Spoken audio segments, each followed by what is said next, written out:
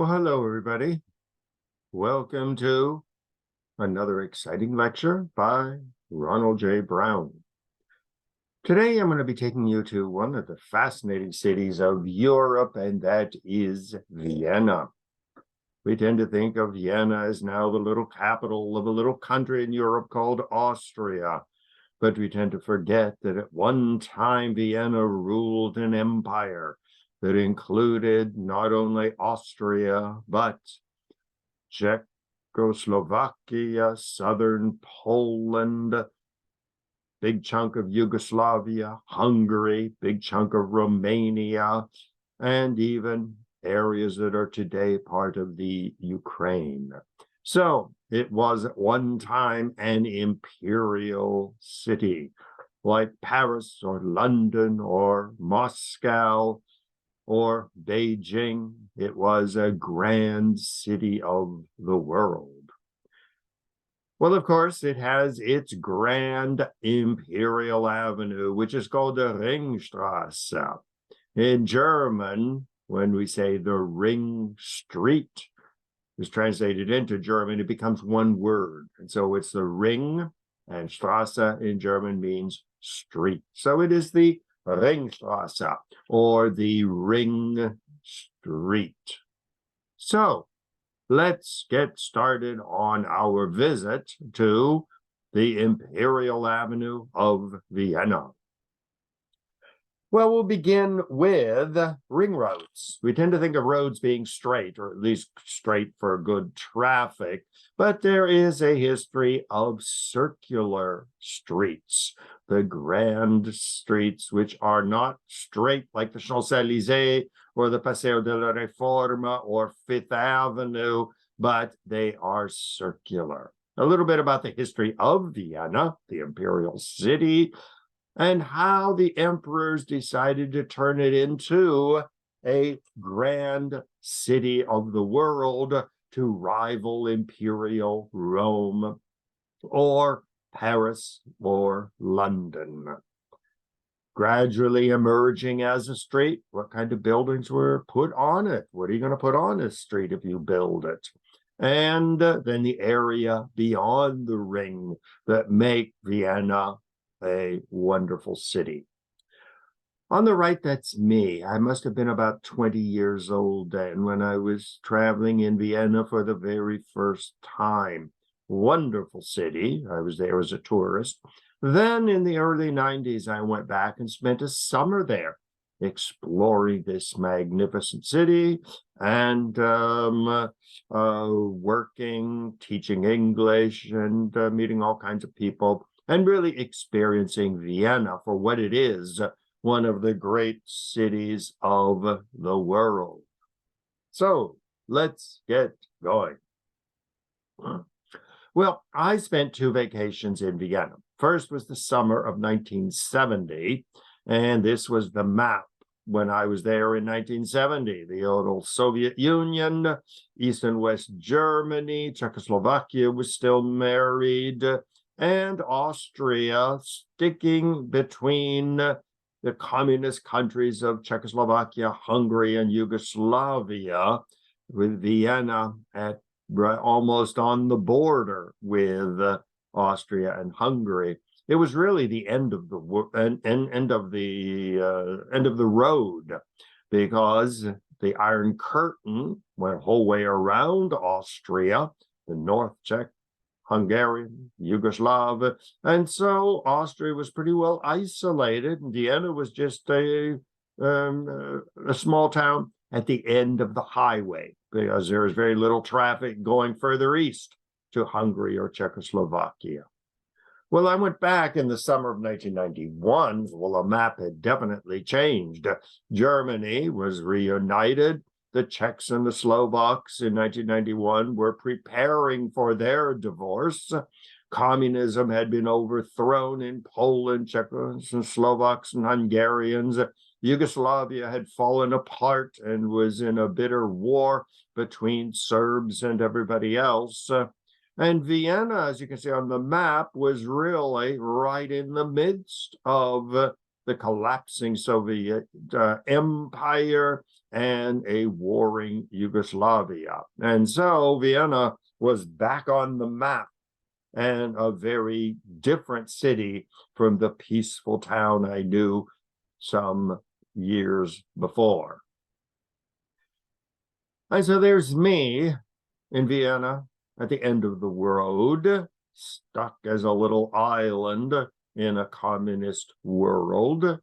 And there is me in 1992 as I was in Vienna for that wonderful summer. And then from Vienna, I went on to Prague and to Budapest, and then ended up an entire year or almost a year in Moscow. So two very different experiences of what in many ways was a very different city.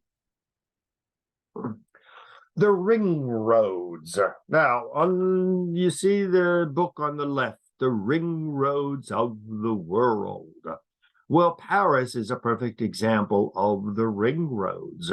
In France, they call them the périphériques, which are the circular or pretty well circular roads going around Paris. In Paris, most of the ring roads follow the old city walls.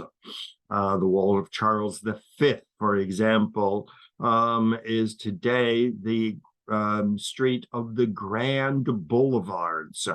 And there you see some of the old gates have been reconstructed to show that it was at one time a city wall. Well, then they demolished that wall and they built another wall further out as the city expanded. Well, today we're not demolishing city walls, but for traffic, you have the ring road of Paris. You have the ring road around Washington, D.C. New York doesn't have a ring road because it's not geographically centered on a place. It's an island, and so you're going to have bridges and tunnels. But a city that is based on a big open space, such as Vienna, or such as Paris, or Washington, D.C., if you include Virginia and these other places, in Virginia and on the outskirts of the city, you have a perfect example of a ring road. Paris's ring road, what they call the Grand Boulevards. And here you see two of the gates, the Porte Saint-Martin and the Porte Saint-Denis, which are not the original gates. They were built later to commemorate where the gates were. But it is on the ring road, the innermost ring road of Paris, going back to the Middle Ages. Budapest has its own ring road, which follows the old city walls, jumping over the Danube, and on the left you see the castle up on the hill, and it was enclosed in a wall.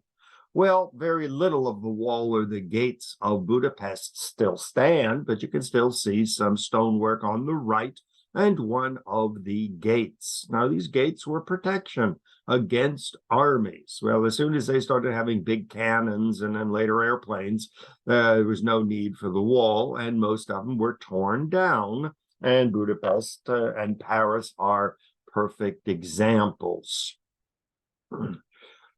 Here again, we see the Delhi walls. You see the inner black highway, which goes around, and then you see beginning of another, what they call an expressway, the red line going around half of Delhi, and will no doubt continue around the other half. Many cities have preserved the gates. Here we see on the right some of the gates of the old city of Delhi, each one with its own unique style, and they could be closed. So when an army would approach, you'd have the soldiers up on the walls, and they'd close the gates to keep out the enemy. Also, if you are a farmer and you wanted to come into the city to sell your produce, you'd get your wagon with your horse or your donkey and you bring it in. Well, when you pass through the city gates, you would have to pay a toll. In fact, New York City had a wall, which is today Wall Street. And if you were a farmer in somewhere in Manhattan, you wanted to bring your wagon load of potatoes into the city, when you went through New York's gate, it wasn't a ring gate because it was just from the Hudson to the East River, you had to pay a tax. This is Moscow's ring roads, the inner road, inner ring road, the old city walls, and you can see part of that on the picture on the right with the red towers and red bricks, and inside it is the Kremlin.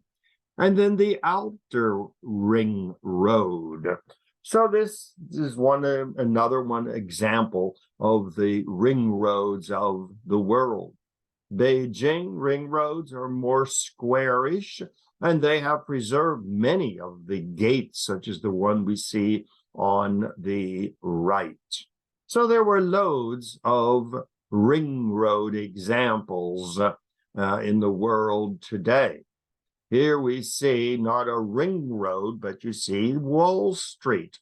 And this was the Wall Street Gate, where you had to pay your toll when you went into the city.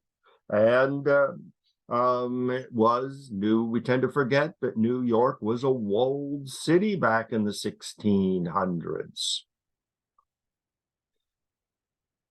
The founders, the builders of Jerusalem, the tribe, the Jebusites, when King David decided to conquer Jerusalem, take it over and make it his capital, he had to storm the walls of Jerusalem. On the left, we see some of the ruins of the Jebusite walls and gates that defied the Jewish conquest of the land of Canaan for centuries. In fact, when King David conquered the city of Jerusalem, he was so outraged that they had resisted him for so long that he slaughtered all the adults and sold the entire children's population into slavery. Well, Vienna has a similar history, surrounded by walls, constantly being attacked by every army on the face of the earth. Well, where did Vienna come from? It was actually founded by the Romans in approximately the first year AD, or of the Common Era. If we look at the map, we see the colored area, which was the Roman Empire. Well, across in the yellow area, you see Dacia, which is today Transylvania and Hungary. And then to the north, you see Germania, which was the Germans. Well, on this map, there are two big rivers. The border between Germania and Gallia, the Roman province in the north, was the Rhine River. In the middle of the picture, you see where you see Dacia, yellow. Below that, you see the Danube. Well, the Danube and the Rhine River almost meet in the middle, but they don't. But they come close to it. And so these two rivers were the boundary, the northern boundary of the Roman Empire. Well, all along this boundary, on both the Rhine and the Danube, the Roman Empire built cities which were more fortresses to protect the city, to protect the Roman Empire. Well, Vienna was one of the minor forts along the Danube, as was Budapest, and it was called Vindobona, and it was a fortress town on the Danube to keep the Dacians and the Hungarians and the Germans and the Slavs and the Vandals and the Goths safely in their primitive barbaric forests and to protect the civilized Roman Empire. So Vienna today is about 2003, about 2,300 years old, 2,000 some years old as a city, although in the beginning it was more or less a fortress.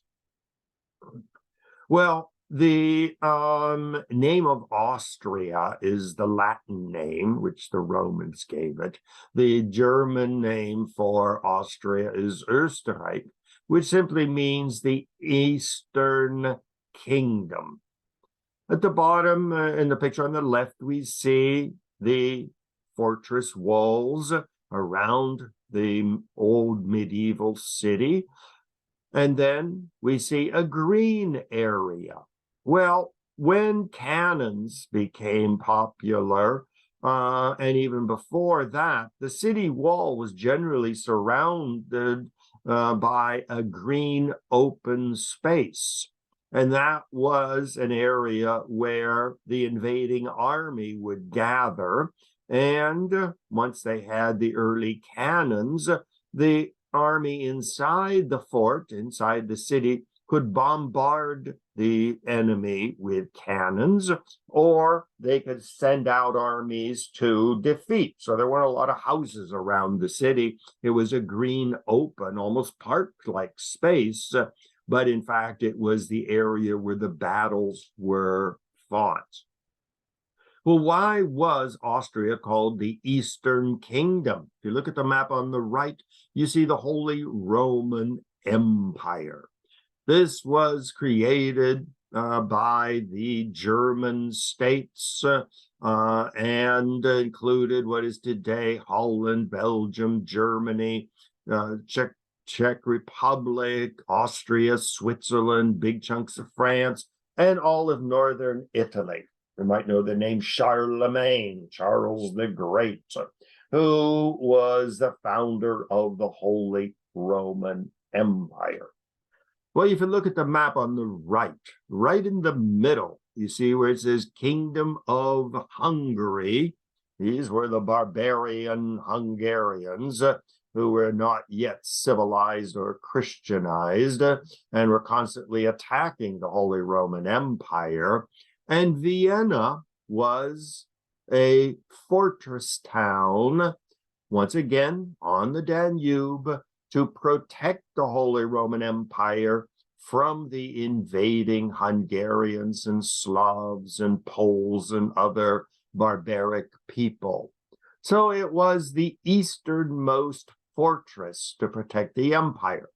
Further north, Berlin had the same role as the protector of the northern chunk of the empire. Well, the Habsburgs ruled the Holy Roman Empire. You see the map once again in the middle. You see Count Otto of Habsburg, who was a Swiss duke or count who made good and ended up becoming the emperor of the Holy Roman Empire. On the right, you see Rudolph I, one of the greatest of the emperors of the Holy Roman Empire. Well, Rudolph was expanding his empire, and he conquered the what is today Vienna, and it turned it into a duchy, meaning it was ruled by a duke.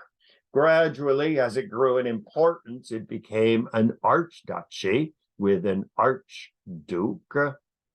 And gradually, the Habsburg family not only ruled Austria, but they ruled Spain, and the kings of the Holy Roman Empire also ruled what is today the Spanish Empire in America, from California down to Argentina. And so the Habsburg family gradually emerged as one of the great ruling families of Europe. Well, in its history as a duchy and as the capital of the eastern frontier of the Holy Roman Empire, Vienna started emerging as a major city.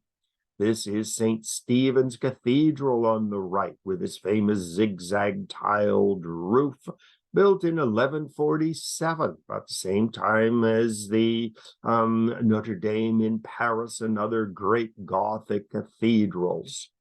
Well, a great place to visit in St. Stephen's is to go into the catacombs, because during the various bubonic plague pandemics that swept through Europe, so many people died that Vienna dug up the big square in front of the cathedral, dug tunnels underneath the cathedral to fill them with the bones of all the people who died in the bubonic plague. When I was there, and the first time, you could actually go into the catacombs and you could pick up a skull of someone who had died during the bubonic plague. But Vienna gradually started emerging. And if this is a cathedral, that meant that it already had a bishop of the city, a Catholic bishop. Well, the walls were very effective in defending the city. Here on the left, we see the Turks who invaded from the east and the south in 1529. They were defeated at the walls of Vienna. And you can see the picture on the left. You can see the city with the zigzag walls. And in the middle, you see the tower of St. Stephen's Cathedral. And that was very effective in keeping the Turks out. Another invader that was able to defeat the Viennese and break through the walls was Napoleon in 1814, who broke through the walls of Vienna, defeated the Austrians, and added Austria to his empire as he set out to add Russia to his empire.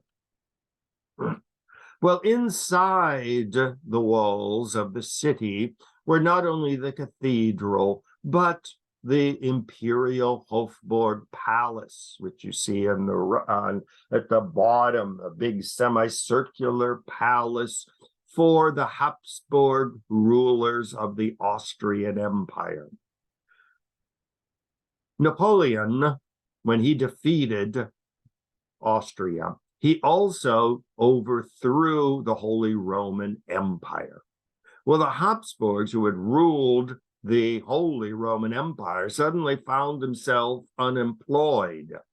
And so Napoleon, out of the kindness of his heart or good politics, took the Habsburg family and said, okay, well, you're no longer emperor of the Holy Roman Empire, but I will make you king of Austria, and you can build another empire. And then when Napoleon was overthrown, the Habsburgs were established in Vienna and set about to make Vienna the capital of the Austrian Empire, adding Czechoslovakia, Hungary, and many other places to the empire. So it was Napoleon that transformed Vienna from just another fortress city of the Holy Roman Empire into an imperial capital with the Habsburg family ruling it.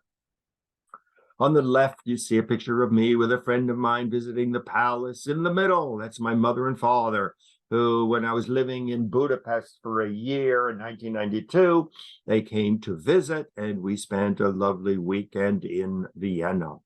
On the right, you see the little picture. We see the royal crown of the Habsburgs as the emperor of the Austrian Empire. Also inside the walls is the Musikverein, the music hall or the concert hall, dating back to 1870. All these are inside the old city walls, inside the old city of Vienna. The Karlskirche, or St. Charles Church from 1737, is inside the walls, a magnificent church with its distinctive two towers in front and its gigantic dome, very typically German Baroque architecture, very elegant. No space is left undecorated. These are all inside the city walls. Vienna is famous for its Sachem Hotel and Cafe, founded by Franz Sachem, who in 1832 invented his famous Sachem Torte, magnificent, an adventure in chocolate, also inside the city walls. Well, Francis I, who became the first emperor of Austria when he was fired as emperor of the Holy Roman Empire, and the Holy Roman Empire was abolished, he found himself ruling Vienna. And gradually, he decided to transform Vienna into not a frontier city of the Holy Roman Empire, but the capital of a new empire, which was the Austrian Empire. And as you can see from the advertisement on the right, the imperial city, Vienna, Austria, here again, celebrating the fact that Vienna is an imperial city.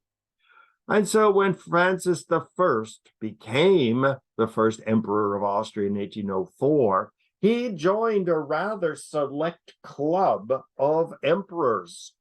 Austria was an empire. The Russian Empire, ruled by the Romanovs. Ethiopia was an empire ruled by the emperors who claimed descent from Solomon in the Bible.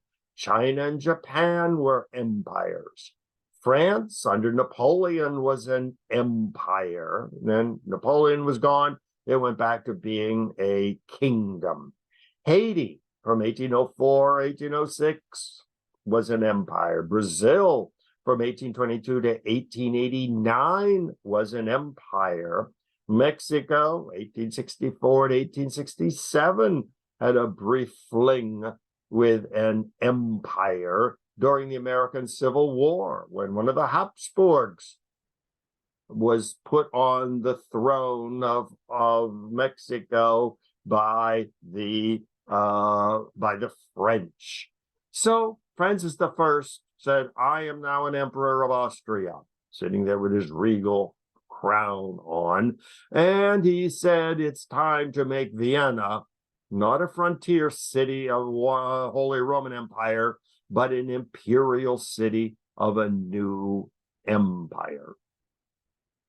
One of the most famous emperors of Austria was Franz Joseph, who ruled from 1848 to 1916, who was the last of the emperors of the Austrian Empire. So Austria had entered the world as the capital of an empire. This is a map of what eventually became the Austrian Empire. You see, Austria is just a small part of it with Vienna. The red areas are the German speakers. It's a huge area of Czech were German speaking. Lots of Germans in Hungary and Transylvania. Today, Romania had a huge German population. Hungarians were there, Czechs and Slovaks. In the north were the Polish area, Galicia and Ukrainian. In the south, there were the Bosnians and the Serbo-Croatians, and other areas had other populations. But this was what eventually became the Austrian Empire. Well, if you are an empire and you are an emperor, you definitely want to make your city a rival to ancient Rome of the Roman Empire, or Napoleon's Paris, or Queen Victoria, who was crowned the Empress of India, wanted to make London an imperial city. So it was decided by the emperor to demolish the wall, the inner wall, which we see on red here, on the Danube River, and replace it with a glorious Grand Avenue. It is 3.3 miles in length. So there is a trolley that runs around the rings. You can go the whole ring by trolley and get off whenever you see something of interest, or you can walk it. I mean, Vienna is not that polluted with cars, and the winds blow down from the mountains. So it is very, so it's usually a pleasant walk. And you see what eventually was made of the old city wall. Well, the emperors decided to not make a new capital, but to develop an old city of Vienna into a new glorious capital. Other emperors at the same time had the idea not of transforming an old city, but making a brand new city. For example, Peter the Great, you see in the picture on the left, decided that, Moscow was too cold and lost in the middle of Russia. He wanted to build a brand new capital. So he built St. Petersburg with its famous Nevsky Prospect, the grand boulevard of St. Petersburg. Shortly, at about the same time, actually, Washington, D.C. was built as a new capital for a new kingdom, the United States of America. Another example of brand new capitals was Brasilia, built in the middle of Brazil, not on the coast, but a brand new capital for an emerging world empire of Brazil. Well, some emperors built new capitals. Other emperors and rulers and presidents and kings and dictators took old cities and rebuilt them. Paris under Louis XIV took old Paris. He started demolishing the city wall of Paris and built the grand boulevards, which also gave the ability to make a Champs-Élysées as the Grand Boulevard of Paris. Baron Haussmann, later years in the 1850s to 70s, ended up remaking Paris by adding even more boulevards. Of course, he had to demolish thousands of buildings to build his grand boulevards, but you didn't stand in the way of Napoleon III and the Baron. Rome also, once it was united, decided to build a grand avenue through the old Roman Forum. But Mussolini finished that when he built the Via Imperiale as the imperial avenue for a new Roman Empire. But rather than building a brand new city, as they did in Brazil or the United States or St. Petersburg, these were examples of rebuilding old cities to reflect the new age. So beginning in 1857, the walls of Vienna were demolished. And here, if you look closely, you see the concentric rings going around the city. In the middle, of course, is St. Stephen's Cathedral, with the other buildings, the Imperial Palace, and all of that. But the new avenue, the new RingStrasse, was going to mark Vienna as one of the imperial cities of the world. Of course, the gates were demolished, unlike Paris, which kept a couple of its gates, or at least rebuilt them. Vienna simply demolished its gates, and it demolished the wall and turned it into a magnificent, broad boulevard. Well, gradually, the government had to decide, well, what are we going to build on this new big round boulevard? Various buildings were built. For example, we see the picture here on the left. This was the Burgtheater. This is the city theater. And in front of it, you see the RingStrasse. And in the middle, you can also see the trolley tracks going around. This was built in 1741. It was a German language theater. So even the Greek dramas were performed in German. Now, everywhere you go in Vienna, you see the signs that say KK. If you look at Demel, this was the imperial chocolate maker for the royal family. Began in 1786. Now, when you see K-U-K, that is German for Kaiserliche, which means Kaiser comes from the word Caesar. So it would be the imperial and royal, königlich, makers of chocolate for the imperial family. So you still see in Vienna the K-U-K, to note that that was a favored business by the Habsburgs. And so they prepared all the chocolate desserts and delights for the royal family. So this was one of the first big, magnificent buildings that was being built along this newly opened up, expansive space where the wall used to be. Now, the name is not technically the RingStrasse. Everybody calls it that. But like the grand boulevards in Paris, when Paris demolished its walls, it didn't give this Ring Street one name. But every couple of blocks had a new name, reflecting the buildings that were there. The Schottenring, the Universitätsring was where they built the new university.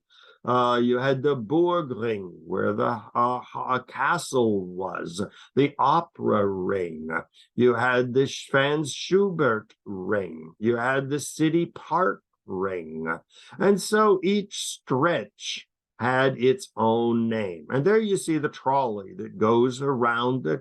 And on the map, you can see all of the various stops. When you see a U, such as at the top in the middle, you see that it is the trolley stop in red, but there's also a U, which means it is a subway stop. And so it is a major transportation. But this shows the ring with the park, the opera, the city hall, parks, major mansions were built along this ring. Well, as Peter the Great did in St. Petersburg, when he ordered all of his dukes and princes and duchesses that they had to move to the new capital, which they didn't want to do, and they not only had to move there, but they had to build a castle or a palace on his new street called Nevsky Prospect. Well, the Emperor of Austria basically did the same thing. But since all of the people, like the famous Prince Ferdinand of Saxe-Coburg and Gotha, was a very powerful and rich prince, well, he wanted to build his castle on this new street because he wanted the emperor to like him, and he wanted to be close to the emperor and in his good graces to preserve his power. And so this is the Saxe-Coburg Palace, built from 1840 to 1845. Absolutely beautiful, white with statues and balconies. And this is one of the beautiful delights on the RingStrasse. Another palace which was built was the Palais Epstein, 1868. And this, and again, he was Gustav Ritter von Epstein, who was a big banker. Ritter is the German name for a knight. Now, he doesn't look very knightly here in uniform or anything, but it was a title that was given to some successful people as almost an honorary title. And this is today, the headquarters of the Viennese stock market. Again, one of the very powerful people who was convinced to build a palace on this brand new avenue. This was the palace built by Duke William of Württemberg. And this was the Hotel Imperial, or the Palace Württemberg of 1873. It is today a hotel, the Imperial Hotel, very famous for its imperial torta, another chocolate delight that people will come to Vienna and go to restaurants just for the Sacher torta or the imperial torta, a real rivalry on who has the most elegant pastries. Another building on the RingStrasse was the Art History Museum, the Kunsthistorisches Museum.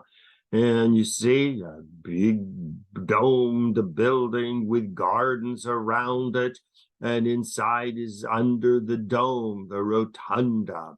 And this is the Art History Museum. Magnificent addition to the growing RingStrasse. The University of Vienna, which was founded in 1365, also moved to the RingStrasse in 1877. Now, in the 1300s, the language of education from Poland to Portugal and from England to Italy was Latin, very much like it is English today. You can go, when I was teaching at the University of Budapest and in Moscow at the university, all my classes were in English. In fact, in many universities in Europe, you can get your whole degree in English.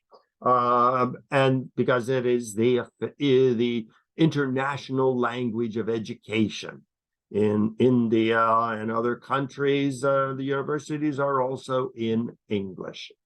Well, in the Middle Ages, the international language was Latin. And so you see the University of Vienna, 1365.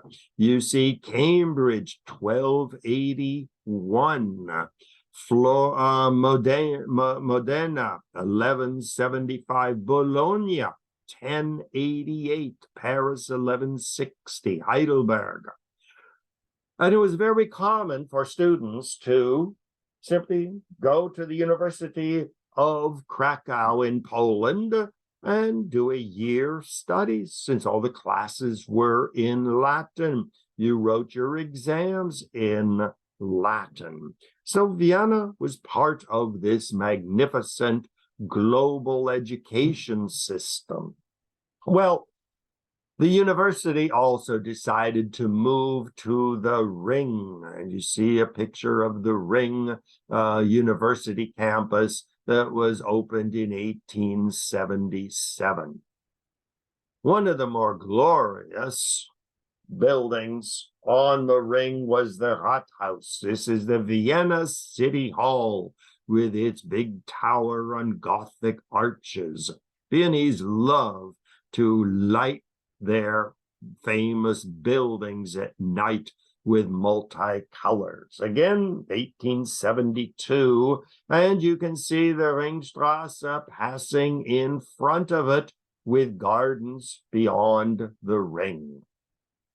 The Votivkirche was built on the Ring as well, a Gothic pile of stones that reminds you of St. Patrick's Cathedral, which was being built at exactly the same time as the Votivkirche. It was in honor of an attempted assassination of Emperor Franz Joseph I in 1853. Where some people came up and tried to murder him, but he survived. And this church was built in honor of his survival. The Federal Parliament is another beautiful pile of stone along the RingStrasse. See the Greek pillars and statues. Just like Washington, D.C., government was inspired by the Athenian democracy, the Republic of Rome.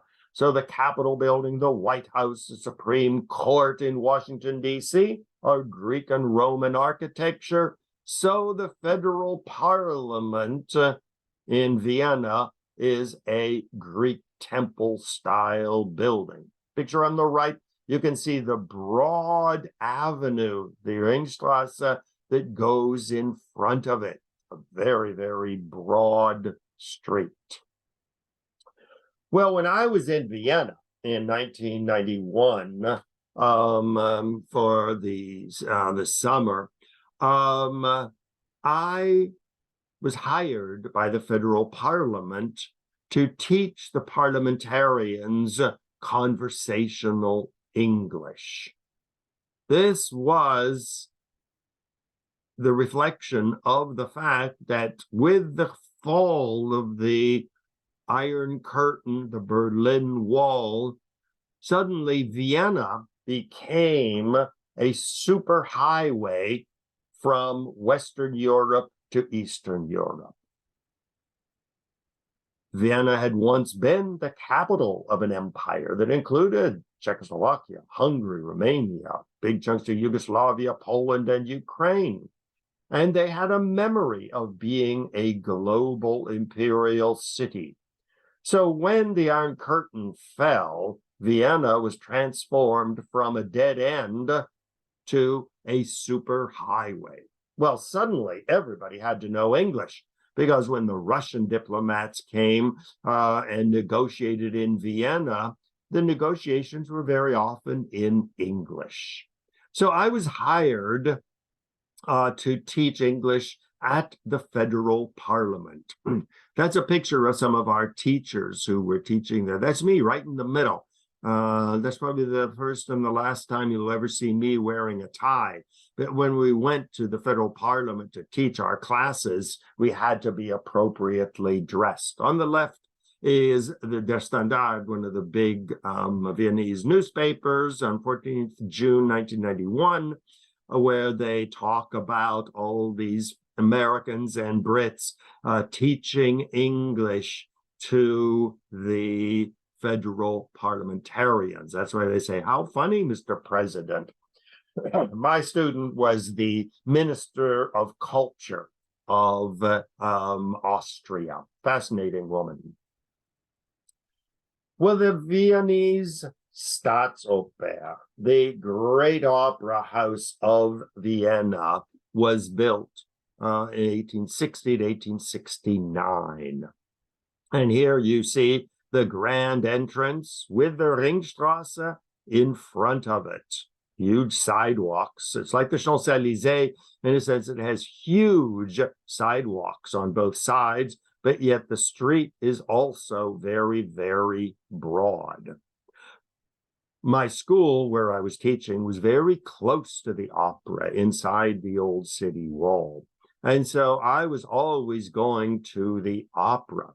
Well, the wonderful thing about the Viennese opera is tickets are extremely expensive, but you can get what they call in German the Stehplatz, and that is a little area you see in the picture there. Inside the blue, there's a dark, funny shaped area. And there you could buy very cheap tickets, but you had to stand. But you had a beautiful view because you were right in the center. And so I would go and just get a last minute ticket and go in and watch an opera.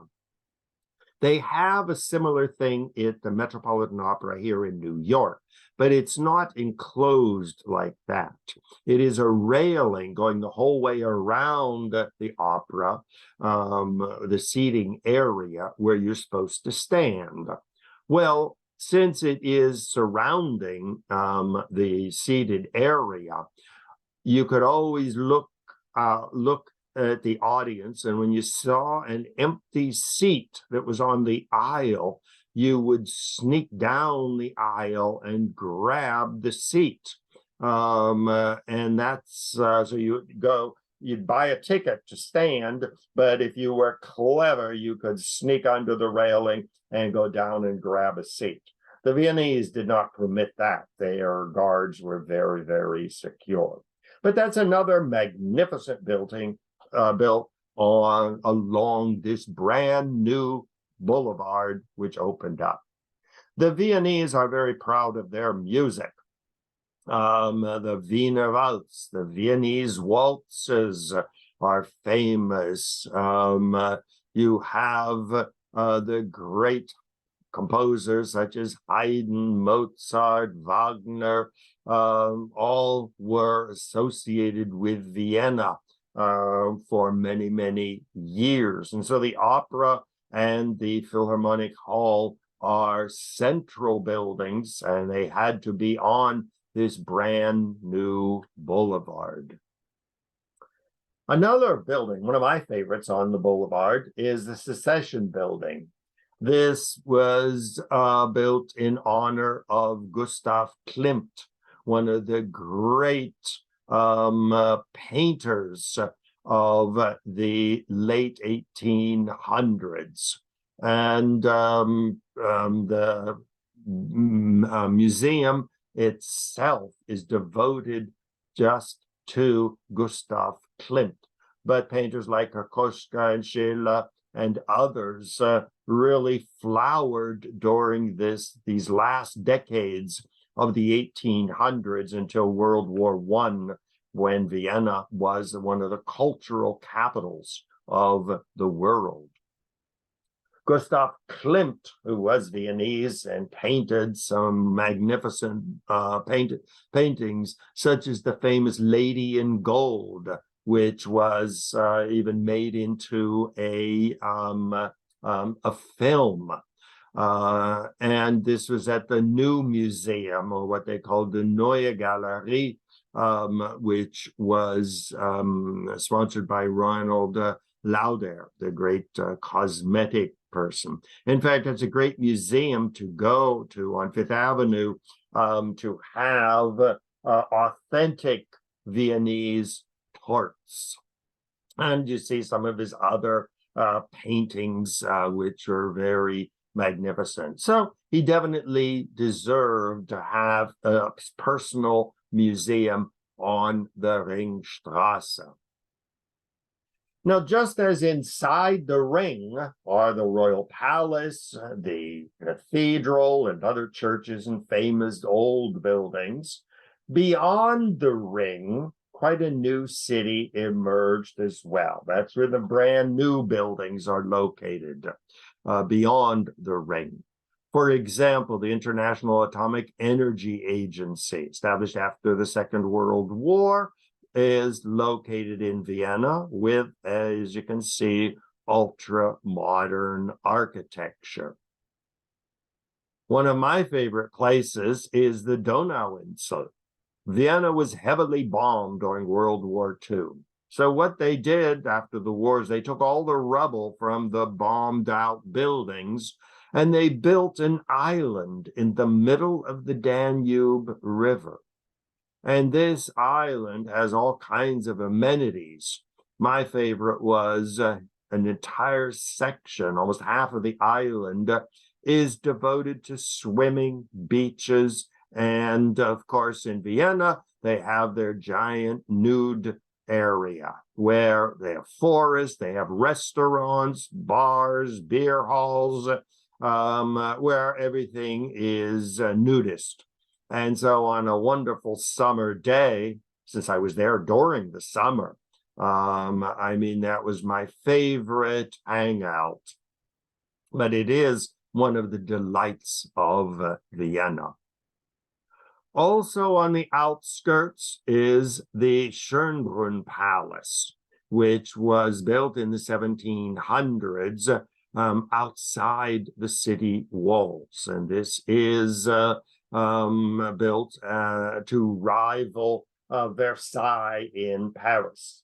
That's me illegally sitting on one of the chairs in one of the bedrooms in the palace, but it is one of the beautiful buildings outside of the city wall.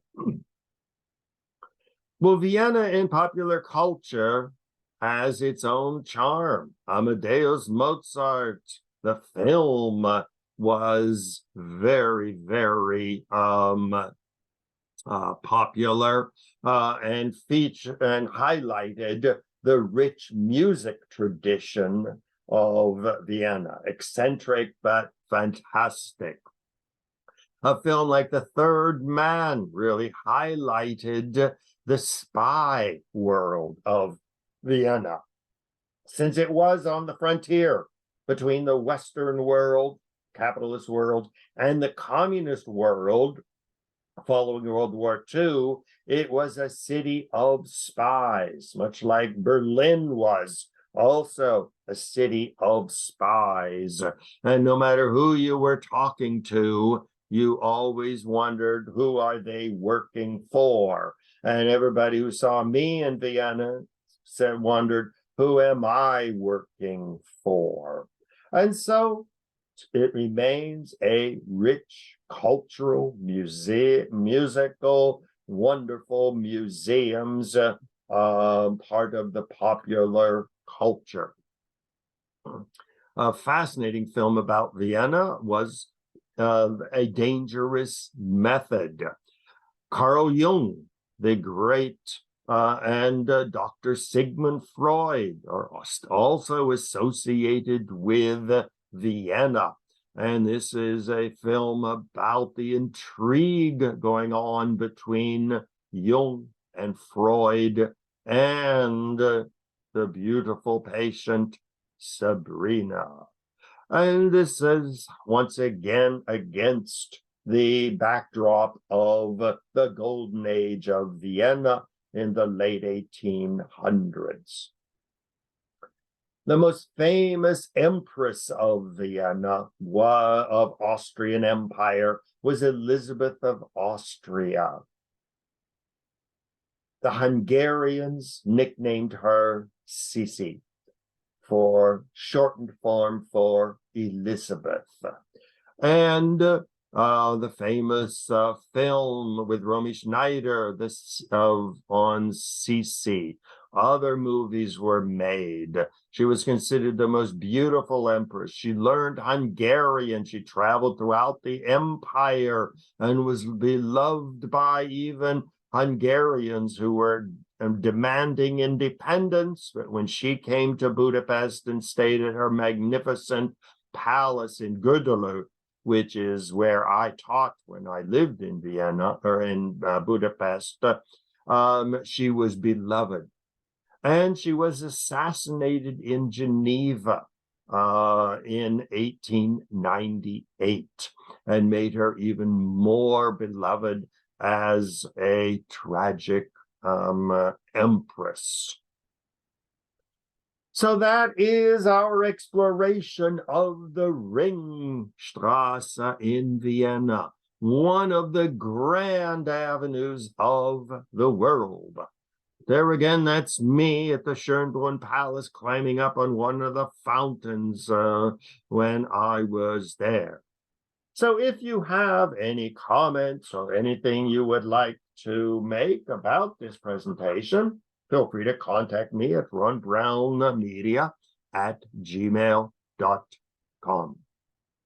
So I hope you enjoyed today's talk, and I hope to see you in the future for another exciting lecture by your favorite speaker, Ronald J. Brown.